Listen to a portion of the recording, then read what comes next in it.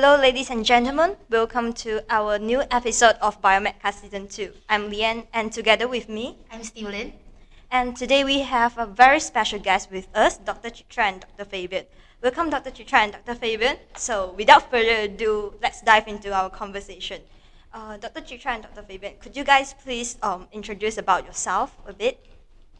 Very good afternoon, good morning, good evening, wherever you're hearing from. I'm Dr. Fabian. So basically, I'm a microbiologist.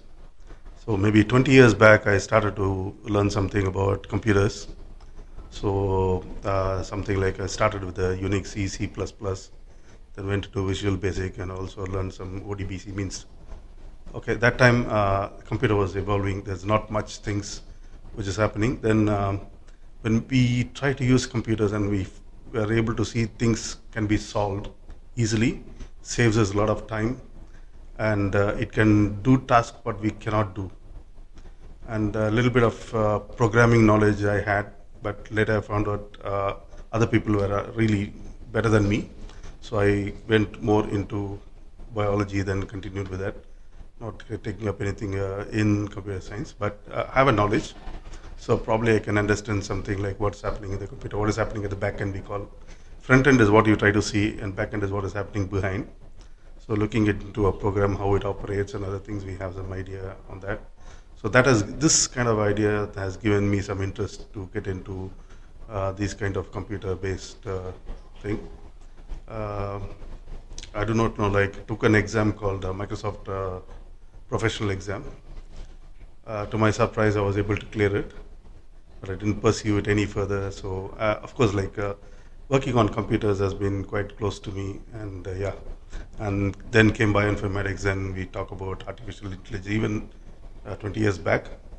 I think what is artificial intelligence now and 20 years back, there's a lot of difference, right? And it's really interesting to to see how things have changed and the ease of use. I can give you an example. If you want to compare two sequence, we call it as a string compare, strang cmp. This is a command we have to write.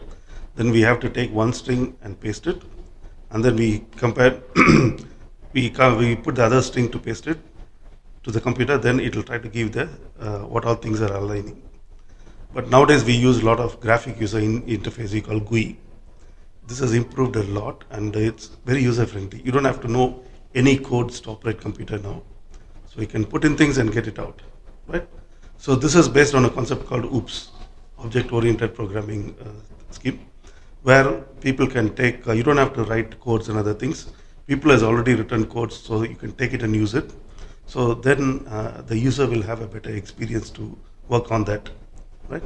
So, so this particular concept is still used widely, and currently you don't have to really know computer coding.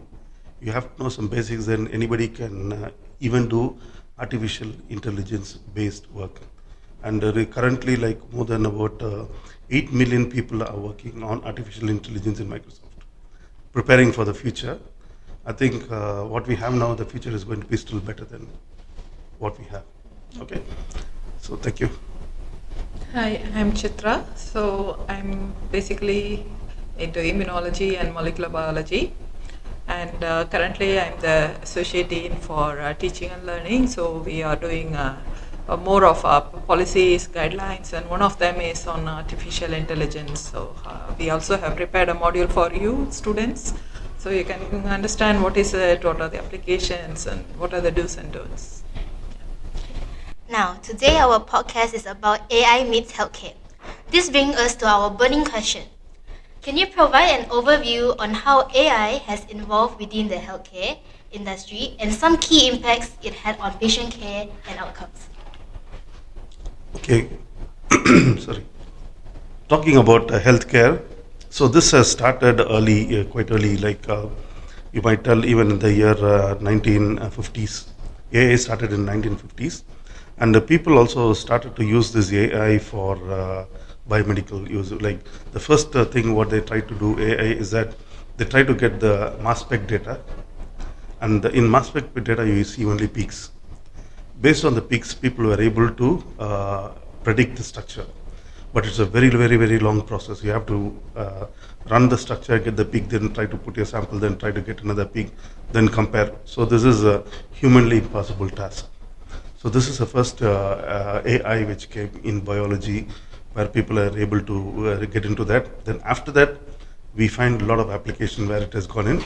Again, when we talk about AI, people, there's always a confusion. What is this AI about? AI is a big umbrella.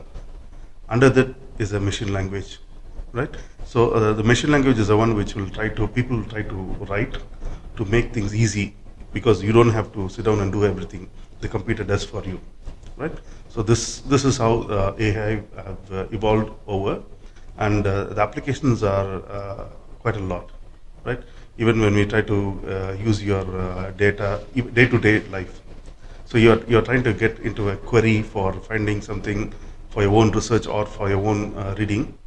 Say for example, I want to know the function of maybe respiratory, then the system will be added to it. So this is also based on a language model AI, which will try to suggest you what you have to use and all that. And of course, like in every, almost like every part of health sciences are using AI. The only thing in healthcare, when you talk about data is something which is very, very important in healthcare, because like earlier people had something called as a consortium, meaning that people who are working in the field, they will come together, try to share all the data they have, and then new regulations will be put in. So it is very expensive. People has to come to a common place. Usually it was started by the UK. They have to come to a place, come there, make decisions, and then try to do that. But these things can be done by computer these days overnight. Then everybody is more accessible, right? Data can be fed from any place and anywhere. So that people, for example, I can tell in cancer, when we talk about grading in cancer, say for example, people will come from different places where each and every doctor has the experience of working with more than 2,000 patients plus. Then he'll tell these are the patterns. Then other person will try to come and share. Then they try to derive something, oh, this is what we had, probably we have to improve the things. Then those kind of things will be done by the humanly efforts. But now you key in, it will generate, and this very cost effective, time effective, and it's easily accessible to many people. Earlier things are accessible only you are a part of a consortium, right? So now everybody can learn everything. Not only that, patient data is also another big thing. Based on the patient data, it has infiltrated into everything in healthcare. So most of the healthcare, even you right from you get into a hospital, getting admitted, and for possibly like you go for what all the tests, what comes into the doctor, everything is interconnected. Otherwise, people has to run about here and there, right? So all these things still come under AI, right? Yeah. Do you think using AI is ethical and practical in healthcare? Actually, not only AI, any technology we have to use ethically. And of course, for healthcare, there are a lot of possibilities for applications for using AI. The only thing we have to consider is before using AI, we have to follow the ethical principles. So there are like 4 medical principles which usually are followed. So one is autonomy, that the patient has the right to choose. So we have to first take the consent. Is it okay to share your data? So this is what we want to do. So the patient has the right to say yes, or if they don't want, they can say no. So we have to respect that. We can't randomly take all the data and provide it, upload it into the software. The second one is beneficence, which means how much benefits are there in using. So we can't just like that randomly use something which at the end of the day is not having any benefit. The third would be non-maleficence, which means it has to be without any harmful effect. So the benefit should outweigh all the risks there are. And then it would be justice. So it should be social justice. Like for example, you can't bring in something to rob people of their rights, to take away their jobs, or something like that. So once all the principles, ethical principles are adhered to, then using AI has absolutely no problem. And another thing we have to consider is how much comfortable people will be. For example, we say, okay, like during the pandemic, even the restaurants, they were using kind of mini robots to come and serve food. So you can use robots even in the airports. in hospitals to interact with people, and also when it comes to hospitals, we have patients there. They are already in there with some distress. So will using a robot to interact, will it increase their stress level, or will they be okay with it? So a lot of things that we consider before we decide to use. But of course, applications are a lot. It can be for direct interaction with patient. It can be for analyzing data, so backstage, analyze data faster and provide accurate results. So a lot of things are possible. Yeah, of course, yes, now that we have started venturing into the field, we can see a lot more applications coming out. So here is the questions to Dr. Fabian. What has inspired you to incorporate AI into biomedical science? Okay, that's a very interesting question. So AI into biomedical science. Basically, it can have even like a data analysis and integration. So when we talk about data analysis, like for example, if you want to know the structure of a particular protein, right? So we have to go till an angstrom unit. An angstrom unit is a size of a hydrogen atom. It's called 1 angstrom. So you have to resolve the structure to 1.5 to 2 angstrom. Then the structure of the protein is very valid. So imagine when you have a protein structure, it's based on amino acids. So many amino acids comes together and they have a charge. Say for example, there are 10 amino acids with negative charge. One amino acid comes with a positive charge. Then the positive charge is going to be nullified. So this is what we call neighboring effect. Again, when a protein got to be stable, so all these charges has to be in place and it has to have a kind of equilibrium, right? Imagine when we try to get the data from the crystal, which will be subjected to X-rays and other things, everything is collected as a spot, and that will be converted into a data, and this data undergoes a big machine learning process, and then it is humanly impossible to do all this, right? So again, when they try to do that and one particular thing, then you have to go, you can check atom by atom, right? Say for example, you have a carbon atom, you have a hydrogen atom, you have to manually go and check, because it will give you a thing, but we still have to go and check whether things are nice. Then only the protein structure is given to that. So that if you try to imagine, it's not a single amino acid. It's about 3,000 to 4,000 amino acid forming a protein, or 1,500 amino acid forming a protein. Sometimes we also have short like 250 amino acids. So the number of amino acids are lower, it's easy to solve the structure, right? Now we have a kind of situation where we can also take protein-protein interaction and try to solve the structure by crystallography. So what happens behind this is all machine learning. So people always used to write algorithms to solve the structure, right? Based on the patterns, right? There's something called as a Ramachandran plot. We try to take it to see how the protein is stable. Then we have to match, right? To see whether the protein is going to be stable or like each and every stage has to be checked, right? So this particular thing is done by computers, right? So again, it will try to optimize things for you. So you don't have, sometimes it has evolved so much that you don't have to check by thing. Then you can give the constraints we call. First, let me solve up to 3 angstrom units and try to see how it is. Then we can also make it dynamic, because the protein is a rigid, it's not a rigid structure. Then say for example, how do we make dynamic? Then the protein, when you have a larger protein and a smaller protein together in a protein structure, the larger protein will try to move.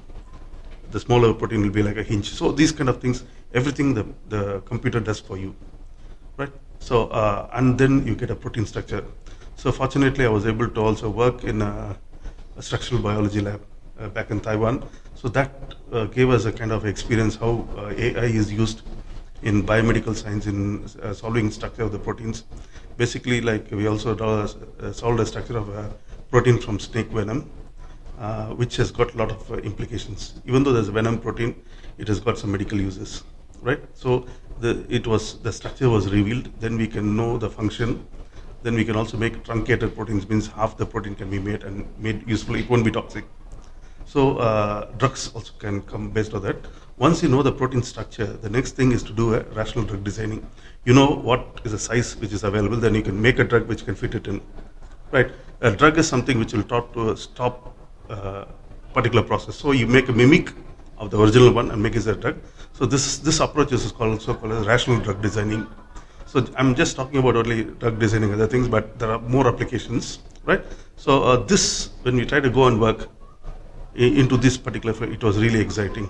So as a microbiologist, we know something, when you try to go to these kind of places and work, it gives you a lot of experience, right?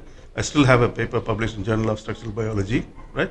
So that gave me a lot of experience how to do it. Again, when we try to go from one field to another field, we have to take up challenges. The day my boss said, go and draw a structure, I never knew what is a structure drawing, meaning that I have to make a 3D structure. Of course, the people in my lab helped me. Then I asked them, then they tried to explain me what it is. Ultimately, then I found it's all based on certain algorithm which is written based on machine language. Okay. Yeah. Thank you, Dr. Fabian. So, Dr. Chitra, how can AI enhance collaboration between biomedical scientists and clinicians in diagnostic and also research field? Well, as for collaboration between biomedical scientists and clinicians, it's always there. It's not just AI. With or without that, collaboration is there forever.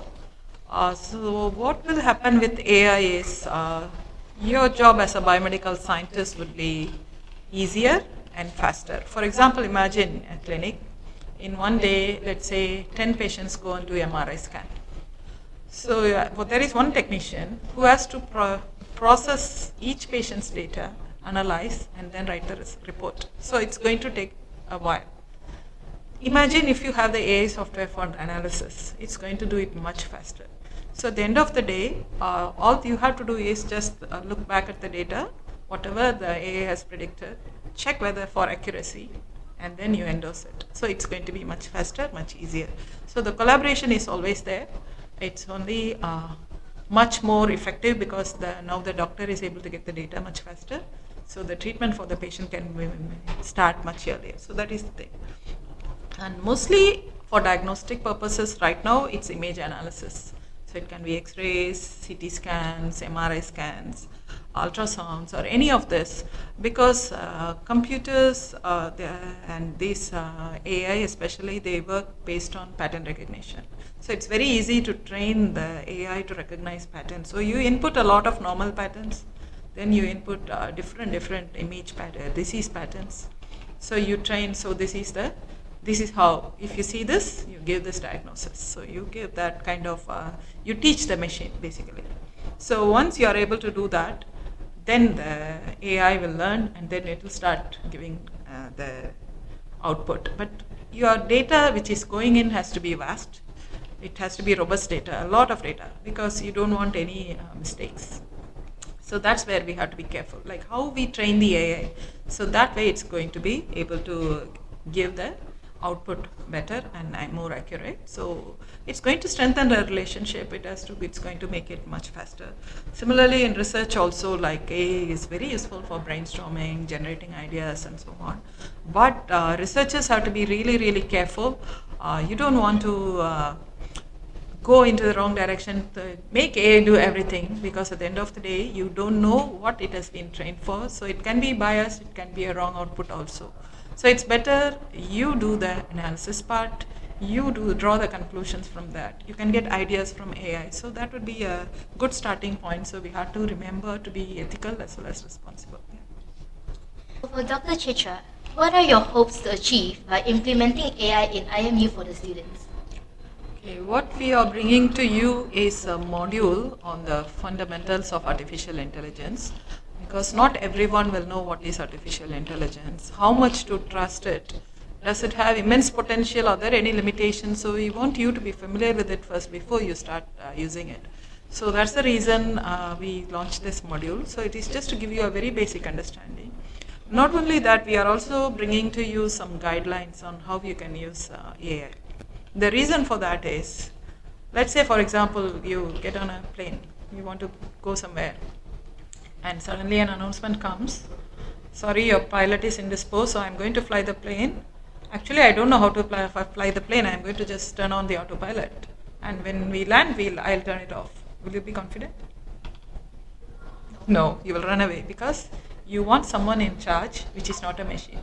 The same thing applies to AI. Like if you want AI to do everything for you, when it makes a mistake, who is to blame? So we want to empower you as students. We want you to know everything, and then you can use AI as a tool to assist you. But you can't put everything, all the brain into AI and just use that for doing all your jobs. Then it will be ending in disaster. So that's why we are bringing to you what are the potential threats, what are the applications, everything. But we want you to be wise. We want you to do your jobs as students to empower yourselves first. So you can use later when you go for a job, you can use AI where it is allowed and with ethical principles followed. So that's why we are bringing this to you. Thank you, Dr. Chitra. Hopefully we can actually empower from this module. Okay, so the next question is for both Dr. Fabian and Dr. Chitra. What are the key opportunities that AI presents for healthcare professionals, and how can they leverage this opportunity to improve patient care?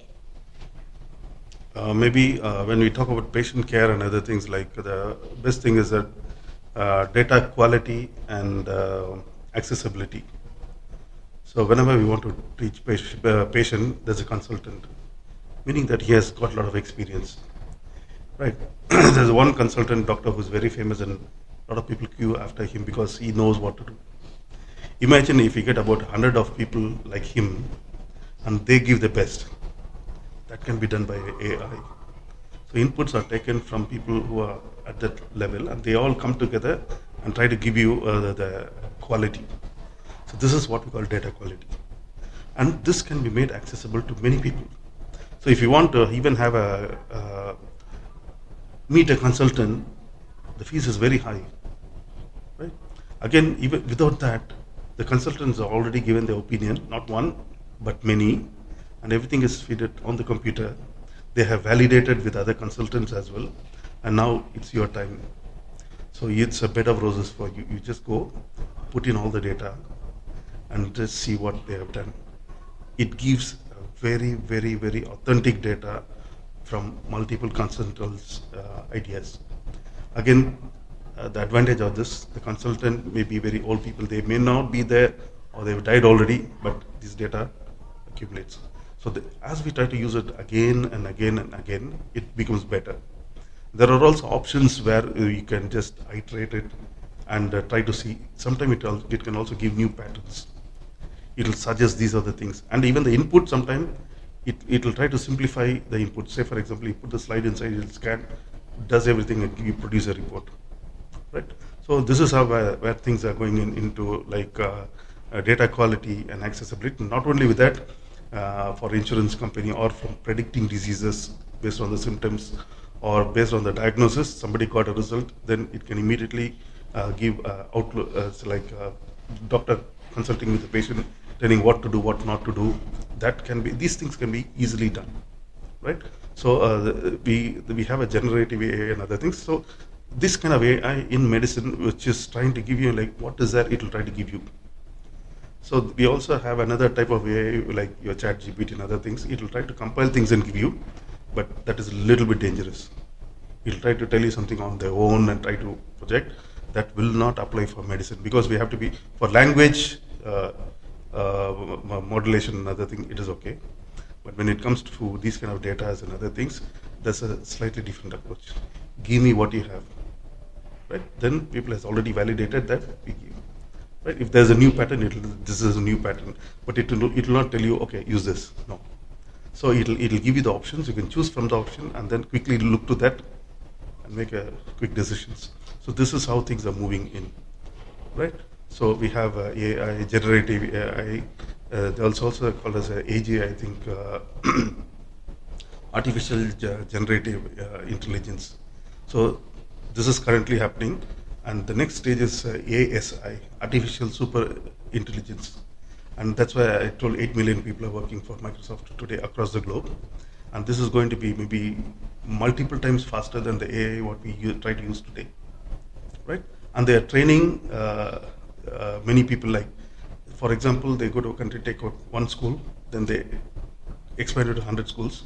Across the globe, they expand it to 1,000 schools. Means like schools means a set of people working on that. So then the ASI concept will come. So in 5-10 years before that, we'll be seeing better AI than what we have today. Yeah. Actually, for healthcare, it's more about how we can use AI in diagnostics, especially those screening images, which is very difficult for a human to sit and do one by one. So again, it depends on how we train the AI, because AI needs to be trained with input data and how much you can avoid bias. So I can give you an example. So this one sport event organizers, they decided to give out free tickets to some 50 football fans. So to be qualified to apply, they had to fill a questionnaire, so depicting how much they are interested. So what happened at the end of the day when it chose participants, so they said, okay, AI chose, so it should be right. They gave out the tickets, then only they realized the AI had given tickets only to male fans. It completely ignored the female fans, even though they had answered similarly. So the problem was in the input data, somehow it associated the interest with only males. So again, you have to train the data, train the AI to analyze the data and remove all the bias. So once that part is, even a small mistake there can have serious consequences. That's why we have to set all the parameters, because we should remember at the end of the day, it is only a machine. You're training, yes, it's an intelligent machine, you're training it, but we have to counter check everything. So that is one part we have to be very careful for. Before using AI for any decision making, we have to make sure there is no bias, there is no error. So there should be always a human to cross check whatever is generated by the AI. So once we do that, then we are good to use it as a tool, yes. So, in other words, in the contents of healthcare, AI should use to generate results and not conclusions. So, thank you. It is very informative and very interesting examples from both of you. So, Dr. Chitra, could you shed a light on the reality of the programming AI system for healthcare applications? Okay, there is this thing called medical coding AI, which is meant specifically for healthcare industry. So what they input is patient electronic data. So the data will involve the background of the patient, what all the diagnosis, the treatments, procedures, etc. So then the AI has to learn from that, and it will be able to recognize patterns and able to make predictions. Once it is trained sufficiently with a lot of data going inside, then it can start giving predictions based on the new data which is coming in. So what they are prone to, possibly these are the problems, and make predictions. So if it is done properly, yes, productivity is much higher, and results output will be very faster, so it can help accelerate the whole thing. But again, like I said, we have to very carefully train, and also we have to make sure that we include data from all aspects, or the whole population. There should be representations from all different groups and so on, so for the AI to be functioning efficiently. So it's very much possible. In the future, it might become a part of life, but not yet. Okay, so then, Dr. Fabian, what are some challenges associated with this process, and how can they be overcome? So basic challenge is that the patient may be skeptical. They can find a little bit uneasy sitting in front of a machine, because I've seen doctors going and you ask me to sit in front of a machine, I'm not really comfortable. So this can be one of the challenges. Again, they can be also worried about the privacy and also the security. Sometimes the data can be leaked out, and again, lack of human oversight. So this is the biggest challenge when we come into AI with the patient. It's not a comfortable thing when you try to introduce anything new, right, into the place. Acceptance of anything coming new is not easily accepted. I tell you an example, what my grandfather told. Earlier, they got the mics, like what we have, into the religious places. Earlier, those days, mics were used only for recreational purpose and other merrymaking and all nonsense, right? So when they got the mic inside a religious place, they opposed. Some people even didn't go to the church because they had a mic inside the church. But now you imagine any kind of religion across the globe, they have a mic inside. So acceptance, yes, it will take some time. The same thing applies not only to anything coming new, people will not accept it. They have their old ways of doing things, right?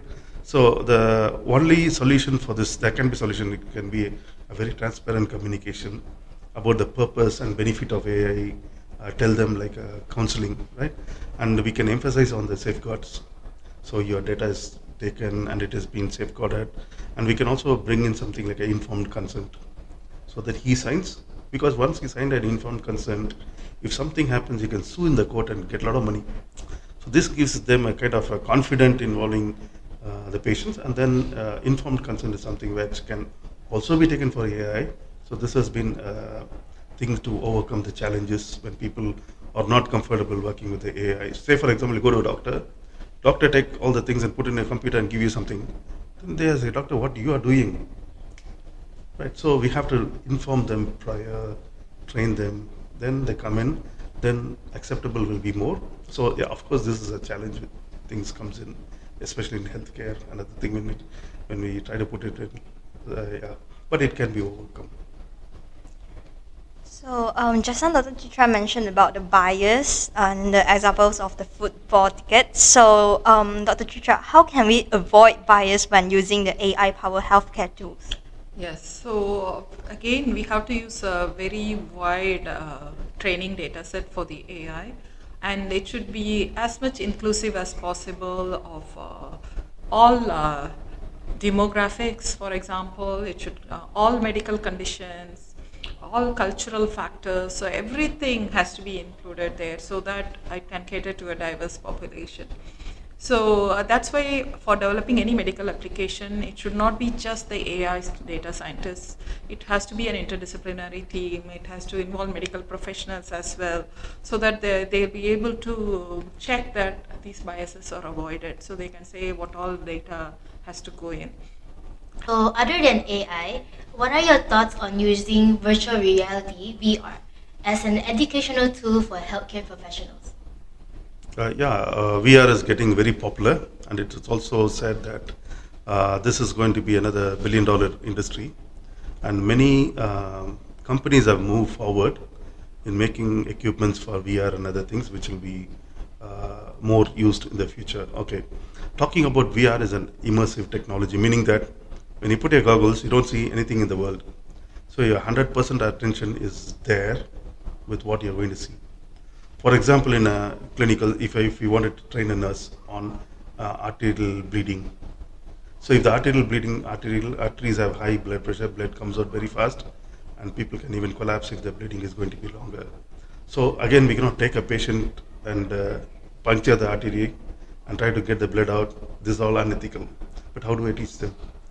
The patient, the nurse or the doctor, they're not able to see these kind of patients on a day-to-day basis. But in case of emergency, if there's a trauma or accident, these things are common. So they try to create a VR, means like as if a real patient there, it can be animated. Then they can exactly tell where the bleedings are, where all possible bleedings can happen, and how to treat it, how to stop the blood first, then how to put a bandage, how to save the patients. So these are the things, immersive technology is very, very useful, right? Again, nowadays, even in IME, we're using for multiple things. One is BLS, right? So instead of using on a patient, so they go on a VR and try to use it. And another example is that where we have worked on a microbiology lab. So where we did we took the real-time microbiology lab and then converted into a VR. So even how we converted a real-time to VR is still copyrighted by our own team. And then you try to get into that. Even see, practicals is not conducted. If you miss it, you'll never get that chance to come back and do it. So in a VR environment, you also get the muscle memory and those kind of things. You can do it multiple times, and it's very safe to use it. Because, for example, I'm giving a microbiology experiment where you have the biological safety, fire safety, and water is there. Again, when you try to look into the expense of running a lab, very expensive, because you have to have a space, technicians, chemicals, microbes, everything. And to conduct it, you have to have at least 2 staff and the backup staff. Without everything, you just put everything in a VR, people will get the practice. So they know what skills to be done, what to be done first, what to be done second, because the machine is not allowing you to do something wrong and proceed. That's how these things are created, and you don't get diverted in a VR environment. So you tend to do it, and you get more focused into it and do it, and you can do it multiple times. Sometimes something goes wrong, you can go back, start from the beginning. So these are advantages, and this is a technology which is well looked for educating the public on certain issues, the clinicians, the nurses, even students for the training program, right? So this is already become a boom. It's booming. A lot of new gadgets are also coming into the market, and of course the future will definitely, they are beneficial. I envy them, because during my time we never had anything like this. We had to go through, read so much to understand something very little. With this visual and dynamic training, they learn a lot. So these are the advantages of using this kind of technology. And it's still based on AI converting, because you go into a lab, what to do next, right? There's no person, so the machine will tell you what to do. So that is an artificial intelligence as well. So, Dr. Chitra, how do you envision the future of healthcare involving in the next decade?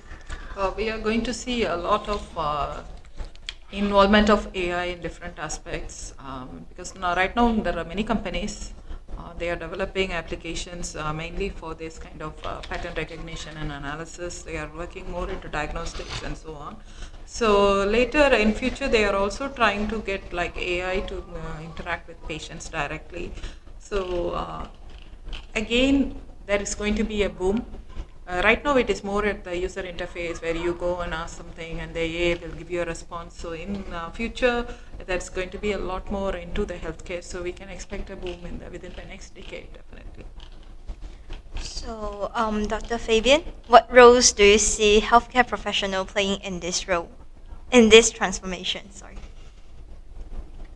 See, there's something called as adoption and integration.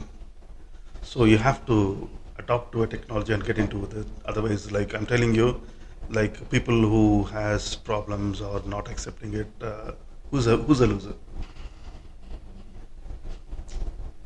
Not us, they. So if they want to learn the hard way, it's going to take time. So it's going to they have to go somewhere and pay a lot of things, get experience and do it. And these are tools which are coming in like. It's not only we also have something called as an XR into it, because like when you try to grip something, you can see there's a thing, you can feel that grip in your hand, right? So these are called as XR technology. Later, now there's a technology which is very, very expensive. Without these kind of gadgets, you can just use your hands to pull, you can feel that, you can push things. So, but you'll have something, but you can use your hands, you can feel that. So people are moving into technology next, very real time. So you go into the lab, you just open your door like that, walk in, take things, but not without these gadgets, right? It's already in, but extremely expensive, right? So the future is always like getting better. If I'm going to tell that, oh, we got everything, wow, I'm not moving forward.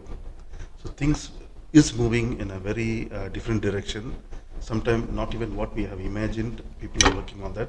That's why I told you, 8 million people are working to make things better.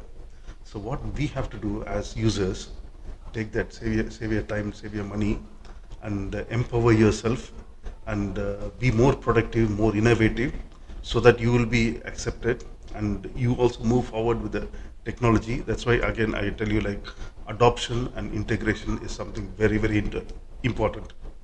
If somebody is talking ill, I tell you, like, please stay away from them. Again, I can tell Darwinism again here. The most intelligent species will not survive. The most strongest species will not survive. The one which adapted to change survive. Same thing is also applying to AI technology. Even though I'm talking about AI, now I'm bringing in Darwin. Right? That's a theory. Things doesn't change. So adoption and integration is something very important in AI. Of course, we have discussed like the challenges, and things can be overcome. Everywhere there's challenges, but the future of AI in healthcare is going to be overwhelming. It's going to be awesome. A lot of preparation is happening, right? And they're also training a huge number of people into AI. Again, that's what I told you, you don't have to have if you have creativity, if you can really work hard, they need those kind of people coming into AI. It is not necessary that you need to have computer skills. I'm repeating it, right? So these are the words from the Microsoft director, right? So who is into this kind of thing? They are recruiting people into different genres and other things. They come in because the computer people can think only on certain their scope. Wherein if I get people from a very different thing, then he has a different idea. They can work with this.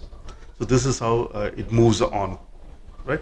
So using this, empower, innovate, make your life better, right? So this is how we try to see healthcare is also going on. It is applied everywhere, everywhere. So you go into a hospital, they just take your IC scan, that's it. You don't have to write anything. You go there, already there's something printed for you.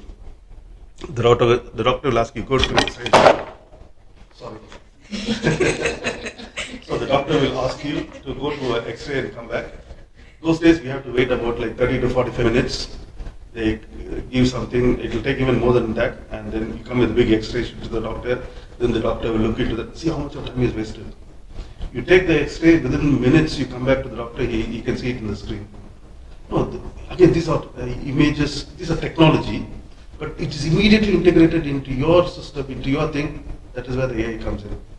So it puts in, and your data is going to be stored there for some time. It's not going to go off. Next time you go, they can compare the first X-ray and second X-ray and see where things have improved. Right? The same thing also is also happening with the clinical trials.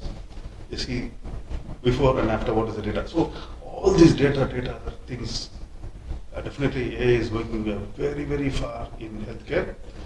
I think in the future, all this technology will be a commodity. You can buy any technology you want. But ultimately, human emotions, nature, and other things probably can become a little bit rare. That is how people are looking into that. I think we have to be also aware of this.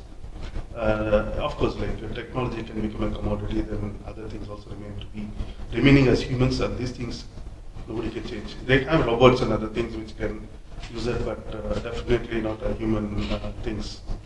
So they have also a humanoid robot, but it's not 100% humanoid. It's a humanoid, not a human.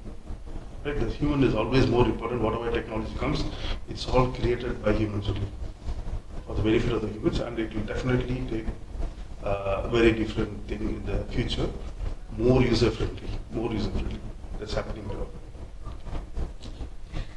So from today's sharing, from how we can use AI in healthcare, how to avoid bias from using AI, to how we can use virtual reality as an educational tool, and to lastly, envisioning the future of using AI in healthcare.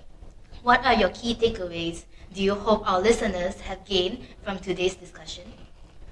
So I hope our listeners learn to use AI more as an assistant, not as a deterrent. The second thing, I want you to be empowered so you are able to judge whatever output is produced by the AI, and you are the ultimate deciding authority. So for that, your brains have to be much better in the sense you make the ultimate call. Yeah. So you need to first learn and then use AI to assist you rather than totally rely on AI to make all the decisions and all the choices. So that is one thing. And also, like another warning would be about data security and privacy. So don't put all your data, just upload into any AI software, because you don't know where it goes and who's going to use it how. And always remember to remove all personal identifying information before you use AI. And if you're going to integrate AI into all your search engines and everything, then whatever you're doing, your personal Instagrams or whatever, it's still going to be linked, so you have to be careful with that. So make sure that you are using AI, but at the same time you keep your data private and secure. So that would be my key message to you all. How about Dr. Fabian? No, I just jotted about to take away. So the first thing is the integration of AI in healthcare. Again, biomedical science and AI we discussed. And then we saw a lot of success stories and also some limitation. And we also saw about VR in healthcare and education. And we also saw the benefits of VR, where it is going in. And also the challenges in VR. One more thing we didn't like, some people can get dizzy. We didn't discuss that. Yes, Of course, that's a very, very small population. And the role of healthcare professional can be improved with AI, right? Even though somebody is handling so many patients per day, they're going to reduce the time and give a better care. And the continuous learning is something which has to happen. That's what I'm telling you. If I feel that I'm happy with what I have now, you have to move forward. So there should be a continuous learning process, and a patient-centric approach will be there. Right? So every time we put the customers in the patient, then everything is centered around him. Then he has a feel-good factor because of all this. And then the last but not the least is ethical consideration. And AR, all this technology, when it goes into the bad hands, they can do the worst things on earth. So you have to know your limitation. Again, nobody is going to come back and discipline your programs. That does not happen in computers. I can create whatever I want. Even in a real thing, we have a civil court, we have a criminal court, we have a supreme, whatever. There are so many federal courts. But who is going here to control that? It can be even a secret society. Few people can do that. So we have to be aware of what to be taken, what not to be taken. And there's always a good side of that. It can give you enormous amount of information. It can lead your life better. So only thing is a final word of caution, not into the bad hands and not into bad practices. AI is a very, it's like fire. You can use it for good things as well as like bad things. Have some light or burn the whole city. Sorry. And yeah, AI is a very powerful tool. So I call it as a fire. So as what Dr. Fabian said, AI is very powerful tools, and what Dr. Chitra said, AI is just used for assisting you. So don't use AI for your assignments and also your reports. So I guess it's about the time to say goodbye. But before we go, thank you so much, Dr. Chitra and Dr. Fabian, for being here and joining us to enrich our exploration. So if you found that today's episode is enlighten you and entertain, don't forget to subscribe to our podcast on Spotify and our YouTube channel, and share your thoughts with a review. And remember, your questions, your comments, and suggestions for future episodes are always welcome. Reach out to us on our official Instagram page, AllianceISBS_IMU, and we would love to hear from you. Until then, see you in the next season. Bye-bye. Bye-bye.